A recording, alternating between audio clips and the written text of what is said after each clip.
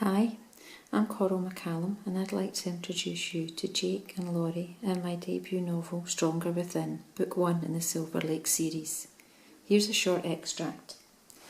With a long sigh of complete contentment, she felt the tension melt from her shoulders, her first tentative steps onto the beach since last summer. It felt good to be home. It was late afternoon and she could feel the last of the spring sun's warmth on her skin. She was also acutely aware of Mary's eyes on her as she watched from the sun deck. No going back now. After all, she'd made it this far and it felt good to be outdoors. She adjusted her grip on her crutches, making sure the broad base plates didn't sink into the soft sand, and slowly headed across the beach towards the ocean. Once on the hard-packed surface, she felt more stable and her confidence began to grow. The waves rolled in gently beside her, but she was careful to stay beyond their reach. Tasting the salt in her lips, she smiled and headed along the shoreline towards the boardwalk. The beach was quiet, with only a few families packing up after an afternoon at the shore. It had been unseasonably warm all week and everyone was making the most of the bonus sunshine. Small seabirds were playing in the shallows, rushing backwards and forwards, twittering merrily. After about 100 yards, she stopped to watch the waves, listening to their rhythmic flow. Hopefully by summer, when the water would be warmer, she would be able to enjoy swimming in the ocean again. Hopefully. Oh, it was good to be home, good to be back with the ocean. Step by carefully placed steps, she kept wandering along the sand towards town.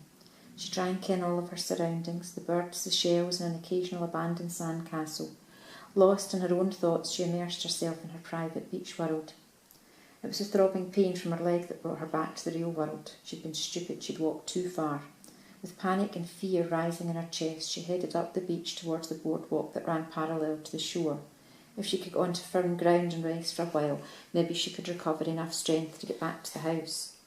Mary had warned her to be careful, had warned her not to try to go too far on her first day out. The boardwalk seemed to be a mile away, even though it was, in reality, only a few short yards. As the sand got softer, her crutches dug further in, despite their broad base plates. The left one sank into a particularly soft patch. Suddenly her leg gave way and she crashed onto the beach. For a few moments she lay there, tears welling up in her eyes, terrified that she was hurt. Gingerly she manoeuvred herself into a sitting position. Shit, she yelled out to the world. Shit! Her crutches lay just within arm's reach and she dragged them over towards her. Getting back to her feet was going to be a challenge, one that looked impossible in the current situation. There was no one in sight and Laurie felt a sharp stab of fear in her chest. As she sat figuring out how she was going to get up without falling again, she was unaware that she was being watched from the shadows of the boardwalk.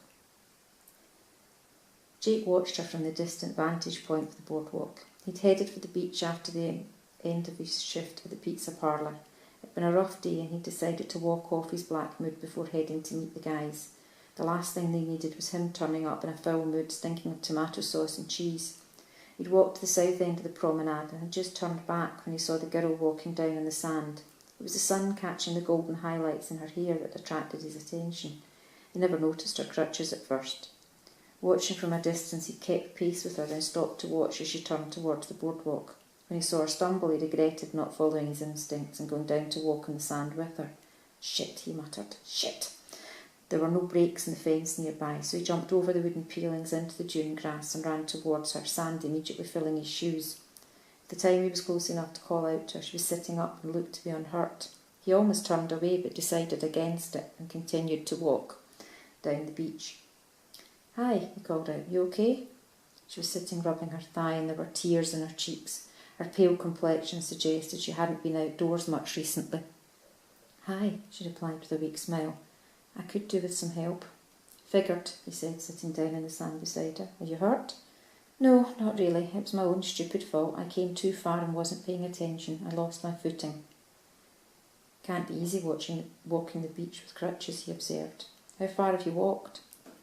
Less than a quarter of a mile. I was fine when I was down in the wet sand, but I began to get tired. I was trying to get up to the boardwalk. I figured if I got onto solid ground it would be easier to walk back. Let me guess, observed Jake. You've not been out much with those sticks. No, she confessed, I haven't. A single tear ran down her pale cheek. She reached up to roughly brush it away, embarrassed by her show of emotion, but only succeeded in leaving a smear of sand in its place. That was the final straw. Burying her face in her hands, she sat and sobbed. Months of pent-up frustration flowed down her cheeks in a river of tears. Hesitantly, Jake put a comforting arm around her shoulders and held her as she wept. Hey, he whispered softly, it'll be okay. I'll get you home safely. I'm sorry, she sniffed. I don't usually sob all over complete strangers. Well, I don't usually go around picking up fallen angels on the beach either. She smiled at his weak attempt at humour. I'm Jake, by the way. Laurie, she replied. Well, Laurie, let's get you up on your feet and up onto the boardwalk. Thank you. Gauging that she didn't weigh much, Jake handed her the crutches, told her to hold on to them, then lifted her up into his arms. She was even lighter than he'd guessed, so carrying her up the beach to the nearest pathway was no challenge. Once back up on the boardwalk, he sat her down on the first bench they came to. You sure you're okay? He asked as he sat beside her. Yes, thank you. I honestly don't know what I'd have done if you hadn't come along. You'd have figured it out eventually. I guess. Either that or Mary would have come looking for me, admitted Laurie, brushing sand off her jeans. Mary? Yeah, she's my housekeeper. It was her idea that I take a walk. I've been sitting on the deck all afternoon, gazing out at the ocean. She told me I needed to venture off the deck sometime and that today was as good a day as any. She'll feel so bad when she hears I fell, she explained. Who's going to tell her? Jake said with a wink. I'll walk you back. You don't need to tell her that you fell. Thanks. Stiffly and with more than a hint of nerves, Laurie got to her feet and repositioned her crutches. Her leg was screaming at her, and she knew it would be hard to keep news of her fall from the ever-watchful Mary. As they began to walk along the sandy boards, Jake observed how carefully Laurie watched the determination in each step and sensed the pain that was etched into her pale face. She had the bluest eyes he'd ever seen, but there was a deep sadness cast through them. Pardon my asking, but what happened to you? I'm thinking the crutches are a very recent addition to your wardrobe. And you'd be right, she confessed, pausing to look up at him. I had an accident just before Christmas, broke my leg quite badly. I came down here about 6 weeks ago. This is the first time I've been out on my own since the accident. And you thought a walk on the sand was the smartest place to start? Laurie laughed. Jake thought it was the most beautiful musical laugh and joined in. I guess not, she giggled. So what brought you out this far? A shit shift at work, foul mood, and scraping a dumb blonde off the sand wasn't in the plan? No, but I'm glad I was there to rescue you, he admitted.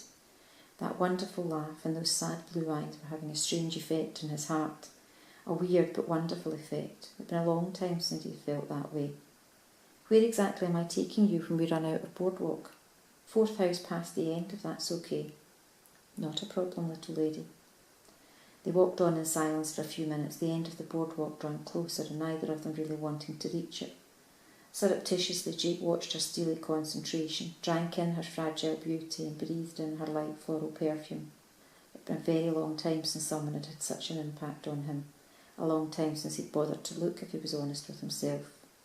Between each painful step, Laurie subtly surveyed her rescuer. He would make a fantastic model for a life drawing. His long sun-bleached blonde hair fell carelessly down over his shoulders, almost reaching the middle of his back. She guessed from the tiny lines around his twinkling hazel eyes that he was a little older than her, and his height dwarfed her small frame.